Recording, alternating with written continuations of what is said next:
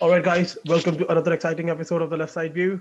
I'm your host Rahul, and with me I have your co-host Amitabh. And today we will preview the midweek matches from across the Europe, across all the European leagues. All right, guys. So Amitabh, let's begin. Yeah, hi guys. Okay, so in this week, we have midweek matches in EPL and German Bundesliga. In Spain, mm, Italy, and in France, we have cup competitions. So let's start with the EPL. The first match is Brentford against Manchester United. Now, given the COVID scare at United, I have my doubts whether this match will go ahead. Let's hope for the best. And yeah, the next match we have is Norwich against Villa, and then we have City against Leeds. So yeah, Rahul. Uh, well, first of all, obviously Brentford versus Manchester United. First of all, we're not really sure if the match will go on. But then again, even if the match does go on, you have to wonder what kind of a team Manchester United would field. So that will again have a lot of implications on the result. Uh, the fact that the second match you mentioned was Norwich versus Aston Villa, right? Yeah, So that's actually a match, for Dean Smith. He's going to face his former club Aston Villa. So could be interesting. Other than that, and Norwich. I don't know how much they are affected because what we have been hearing in the reports is United has this COVID scare after their visit to Norwich. So we don't really know what is the situation at Norwich right now. But yeah, the Dean Smith angle definitely will be at play here. Let's see. And then we have Manchester City against Leeds. Leeds gave a good account of themselves against us on Saturday. Um, City sort of struggled against Wolves. I mean, they were at their attacking best, but they could, that perennial question of whether they'll be able to go through the season and win things without a striker. That question is like always hovering over their heads. Should be an interesting and entertaining match. Let's see. What do you have to say about this, Rahul? well, yes, obviously, even though people are saying that they're without a striker, but then they are still top of the league. They're still top of the league without a striker. And if they can manage to sign a striker in January, any striker in January, with the number of chances that City create, they don't even need a great striker. Even an average or a decent striker would do for them. Even a decent Yeah. striker would score 20 goals for them. A Callum Wilson or a Danny Ings, even those players would score 20 goals with the number of chances that City create. But yes, you have to take into consideration the respect or the admiration that Pep Guardiola has for Marcelo Bielsa. The fact that he was inspired so much by him, before he became a manager. Uh, he actually had a conversation as well with Marcelo Bielsa when he was not too sure or he was deciding whether he should become a manager or not. So even Marcelo Bielsa played a huge role in him becoming a manager. And then we also have to take into consideration that last season, if I'm not wrong, Manchester City could not beat Leeds. They could only manage a 1-1 draw away, and they actually lost to Leeds at the Etihad. I think even in that game, Leeds were actually down to 10 men, and still Leeds managed to win against the defending champions. So yes, and on top of that, the fact that Leeds uh, could only uh, manage a loss against Chelsea, I think they would like to, at least take a point. So I'm hopeful that they can, but at the same time, uh, it's really hard to, bet against City. Better against City. Yeah, I did that. I did that. Let's hope that it's an entertaining match. On Wednesday, we have Brighton and Hove against Wolves. Now, Brighton's match on Sunday was cancelled and postponed against Spurs due to again COVID fears. So they'll be well rested. They're a team that has been doing well. I think they were extremely unlucky last season. And Graham Potter is one of those coaches who's highly admired in the UK circles at least. And yeah, should be an interesting match. Wolves are off from their 1-0 defeat at City, a match in which they played well, rather defended well, but again, some decisions did not go their way, and yeah, so they lost that one.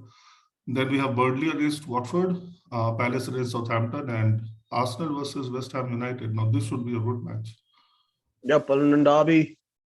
But then again, Arsenal have been so good at home, and I think even West Ham would.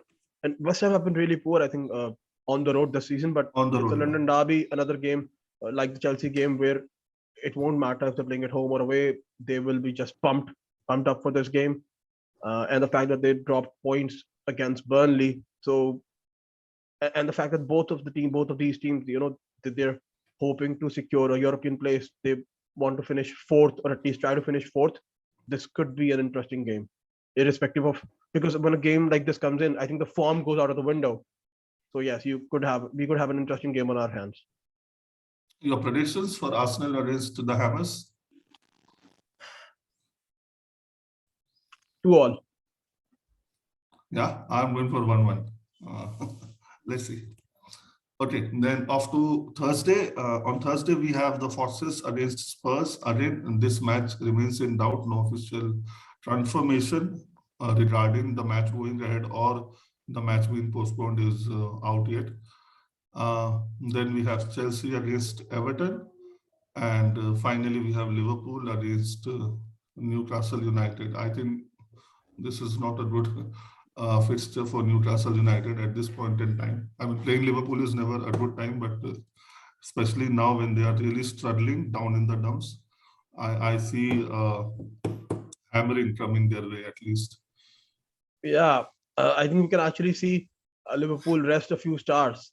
The fact that they've not been able to do that, a lot this season. But I think this game against Newcastle, you can see maybe Mane or Salah rested or maybe come off the bench. And still, I think the result won't change. You could see a 3-0 or a 4-0 Liverpool's way. I hope that, Yeah. Newcastle pull a rabbit out of the hat, but really hard to see that happening. Yeah. Now again, Liverpool's Sunday's match is against Spurs, and again with the condition at Spurs. So let's see if they decide to rest their top players. Leicester and Spurs should be an evenly contested match. Again, we don't know that if the match will go ahead. If the match goes ahead, what kind of team Conte will put out. So there are far too many variables in this match. Let's hope that the Tottenham team and the staff is safe for now. We'll see whether the match goes ahead or not. And finally, we come to our match against Everton. Everton lost 3-1 yesterday. We won 3-2 on Saturday. So should be a nice game. Should be an attacking game. I know when it is right to put up defensively solid teams, but at home we are at home, hoping that we somehow try to find our form back. I mean, I know results are important, but the performances of late have not really been, up to the mark. And let's hope we find that gear that we were playing in before this flurry of 4 or 5 matches. And let's hope that some of our injured players are also back. Yeah, hoping for the best. Yeah, so I think Conte in his press conference said that Chalobah and Kante should return to the team training on Tuesday, tomorrow. But this game could be pretty soon for them. So I'm not really sure if any of those two will start. We might see, them on the bench. But again, with the form that we are in right now, especially at home for some reason, I just don't see any game as an easy game for us. I just don't see us hammering teams right now. Even though it's Everton who are in such poor form right now, I think they only managed to beat Arsenal. Other than that, they even lost Crystal Palace last night. But I still I'm so hesitant to say that we will win 3-0 or 4-0. My best prediction would be that it would still be like a 2-1 or a 3-2 or something like that. Hard to see even a clean sheet for us. So yeah. Okay. Moving on to I think you said Conte. I think you meant Tuchel. Oh, okay. I meant N'Golo Conte. Oh, okay. Okay. Moving on to the Bundesliga, we have Bayern Munich away at Stuttgart, and we have Dortmund at home against Fürth. who are Leipzig playing? Yeah, Augsburg versus Leipzig. So these are the midweek matches as far as Bundesliga is concerned. So on paper, I think all three teams should win. I think Dortmund, are they playing at home or they're playing away? Dortmund is at home. Dortmund is at home. Yeah. So Dortmund, the fact that they managed to only get a draw against Bochum and now they're playing at home. We already mentioned in the last podcast that they are pretty much, when they play at home, they are a much better side than they are away from home. So this should be an easy victory for them, at least on paper. I think with Haaland also fit and raring to go, and the fact that he didn't score in the last game, I don't really bet against Haaland to not score in 2 games in a row. So yes, Yeah. you have to say that Dortmund look like they're going to win this game at home. Second game, RB Leipzig. I think this is only their second game under their new manager Dominic Tedesco. So we still don't know what kind of a system or formation or structure that they are going to put into place. Plus, they do have like a couple of injuries at least. Dani Olmo is out injured. Lucas Klaassen is also out injured. So let's see if they are fit or not. But yes, it's too early to see what they are going to do on a consistent level. But if we go by their first match under Tedesco, they managed to beat Mönchengladbach 4-1. So basis that, I think they should win this match.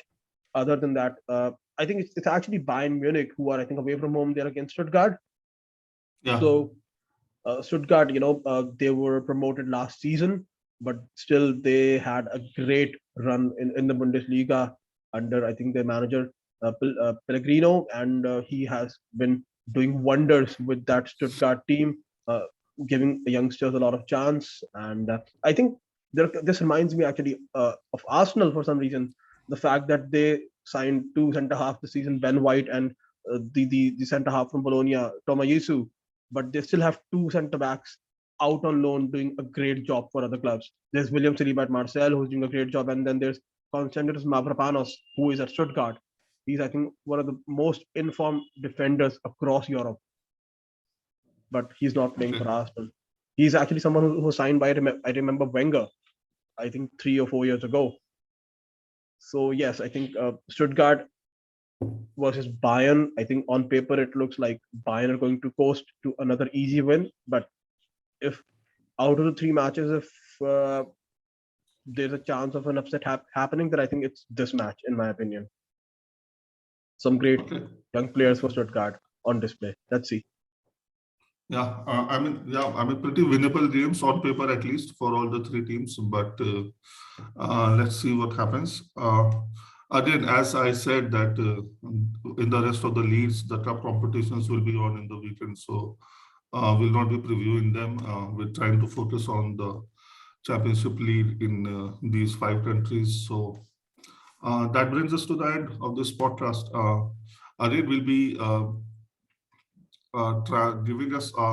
giving our view on the Champions League and the Europa League fixtures. The draw that will take place today. And yeah, that brings us to the end of this podcast. Thank you so much, guys, for watching this, and thank you. Bye-bye.